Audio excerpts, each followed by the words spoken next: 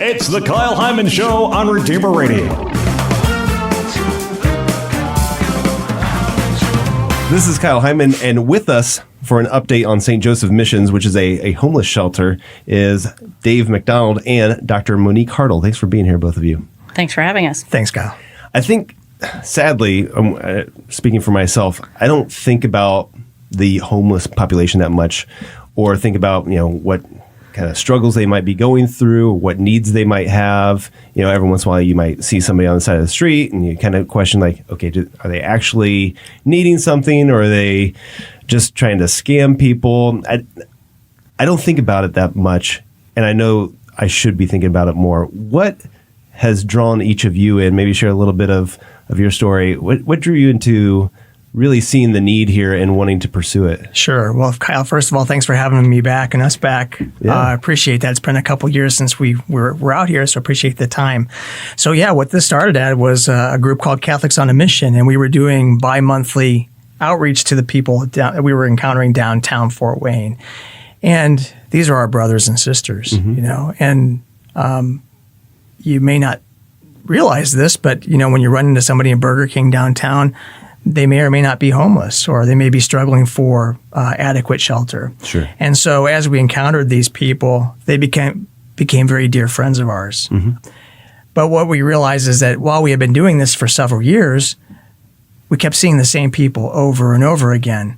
So we were kind of a Band-Aid on a permanent problem that we were encountering. So we wanted to do more. So many of us who were involved in Catholics on a Mission decided, we need to get together and take a more serious approach at resolving this issue and helping these people in a more dramatic way. Mm-hmm. And Dr. Hartle, what drew you to helping out with a homeless shelter? Well, I actually was a volunteer at Catholics on a Mission as well. But when I was in high school, my mom died of breast cancer. Mm-hmm. And I ended up couch surfing with family and friends. And I was very blessed that people would take me in. Mm-hmm. But I'm really aware of what it's like to be one disaster away from being on the street myself. So I'm helping these people downtown. I thought we have got to do something to make a difference in their lives, because what we were doing was really enabling them to stay in their current situation, and we weren't making a long-lasting change. And I think as a group, we decided we've got to take a different approach to this so we can make a real change for these people. And St. Joseph's Missions, I don't remember this being the focus last time we talked, Dave, but it's focusing on women, and it's going to be a women's shelter. What made you decide to make that shift? Yeah, that's absolutely right, Kyle. This has been a long process, and quite honestly, we've gotten a little frustrated that it's taken as long as it has. But I think, God has a plan for everything. And the fact that it did take this long allowed us to pretty much speak with any and every organization in Fort Wayne that was doing something to address these issues. We went down a lot of rabbit holes. We realized that some of the approaches we were taking were going to be duplicating efforts that were already being taken care of very well by organizations like the Fort Wayne Rescue Mission, Caris House, Vincent Village, and those that were focusing specifically on mental health issues or substance abuse. Mm-hmm. So as we continued to pursue, we kept hearing over and over again what we definitively need is a place for these people, these women to stay, and primarily single women. Monique, if you want to share those statistics, what we've been seeing from the 211 call centers from United Way, it's really eye-opening, especially how the need has increased over the last couple of years. Mm-hmm. Right. So in 2018, there was 1,022 single females that called the 211 homeless number, and they were that was their first time being homeless. The majority of those women were between the ages of 19 to 39. How many did you say? 1,022 in 2018. Isn't that crazy? Just in the Fort Wayne area? Just in Fort Wayne. Wow. And Kyle, that's up from 773 calls the year before. So a dramatic increase. Yeah. What would be the cause of that? Any idea? I've got a bunch of reasons, actually. Okay. And the one thing I just learned yesterday was the biggest segment of the population that's growing in homelessness is elderly women. Which is a terrible shame. So the biggest reasons for homeless are that people are no longer able to stay with family and friends like I was able to. They're evicted from their homes, or they're under foreclosure. A lot of mental health issues. Approximately 85% of homeless people have mental health issues. So we know we'll be dealing with a lot of that. Addictions are a big issue. Escaping domestic violence. sometimes people are new to the area and they just don't know where to go, or they don't have the resources to get set up. Oftentimes when people are released from the hospital, they have nowhere to go. Can you imagine coming out of the hospital from a surgery or procedure and you have nowhere to go? It's awful. Utility issues, poor housing conditions, and oftentimes when women are released from jail or prison, they also don't have anywhere to go. And how are the needs different for women than men that are homeless? There's no place for those women to go in Fort Wayne at all for emergency services. But there is for men. There is. The rescue mission takes men. The Caris House will occasionally take a single female if they have an opening, but you have to call every day to see if there's room there. And there is no place that is open 24 hours a day to take single women in. If you have kids, there's places for you to go. And with 211, there are requirements that when you call that bump you up the list in priority. And if you are a female and you have no addictions and no domestic violence, you go to the bottom of the list. And there's always somebody who has one of those problems or has children who is always put in front of you because of the services we have available. So what is the plan then for helping this population? Well, I think when I was out the last time, we spoke about the hut approach, where we would have sort of an open field and we would have cabins for men or women. Like a little village. Like a little village, yes. But since we are going to be focusing exclusively, at least initially, on single women, maintaining safety and security for them, especially if they've been, may have just had a domestic violence situation that morning. We need to ensure their safety and security. And so we're looking more at a building approach where the building can be secured with double locks for the women to get in. So more of a building scenario. And so last time you were here, I think you had some plans and stuff like that. Yes. What stage in the development are we at right now? So we've got some very solid leads. We're pleased to say that on some buildings that we're looking at here. It's a little premature for us to announce that yet, but God has been good.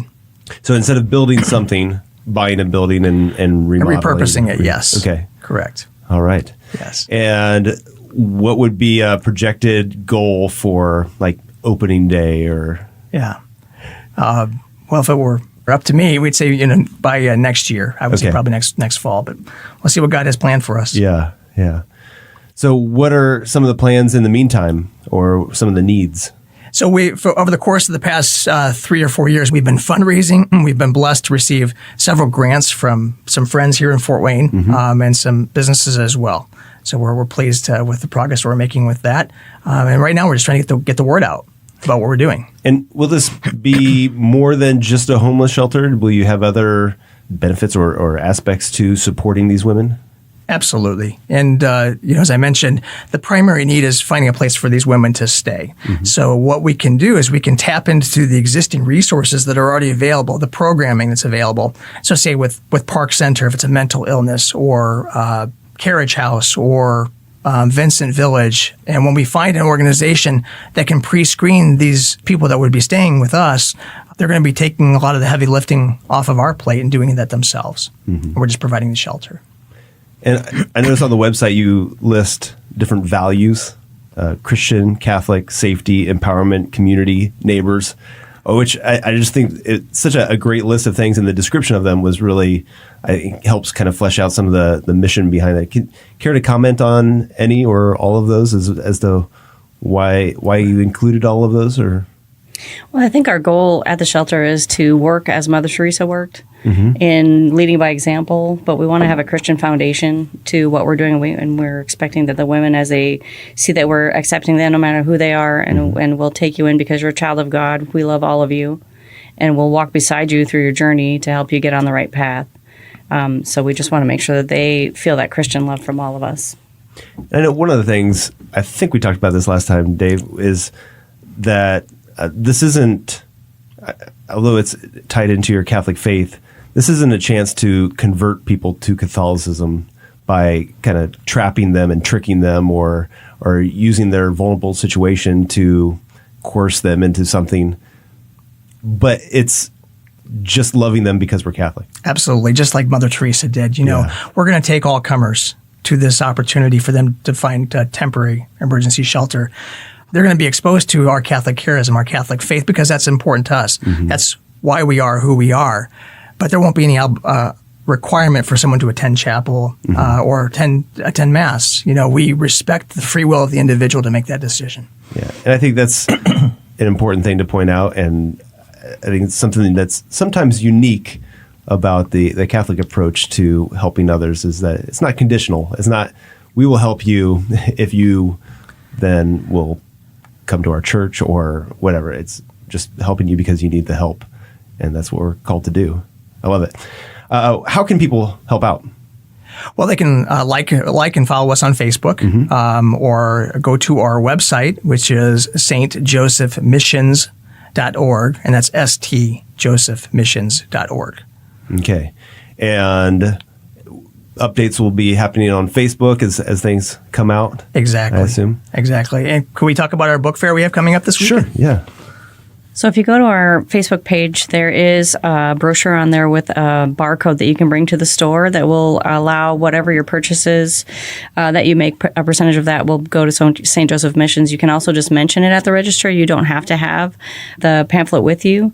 The book fair is going to be from November 16th through November 22nd. Any sales that you make will go toward, if you mention our name, will help us. Also, they're having a cheesecake sale where you get $10 off a cheesecake that you order through the store.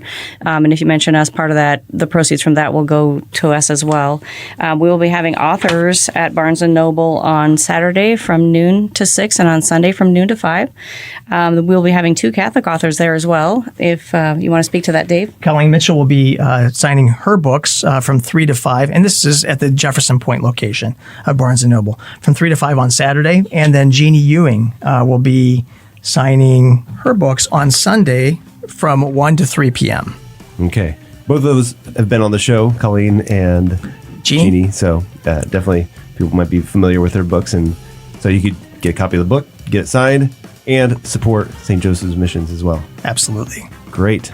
So again, check it out, Facebook, St. Joseph Missions, and information about the book signing and the little fundraiser there, the book fair, is available on the Facebook page, as well as some quotes from people that have been in kind of crisis situations, and they say, something like this would have been great to have. And also check out the website, stjosephmissions.org. All right. Thank you both for all that you're doing for our community. Appreciate it. And thanks for coming to share it with us. Thank you very much, Kyle.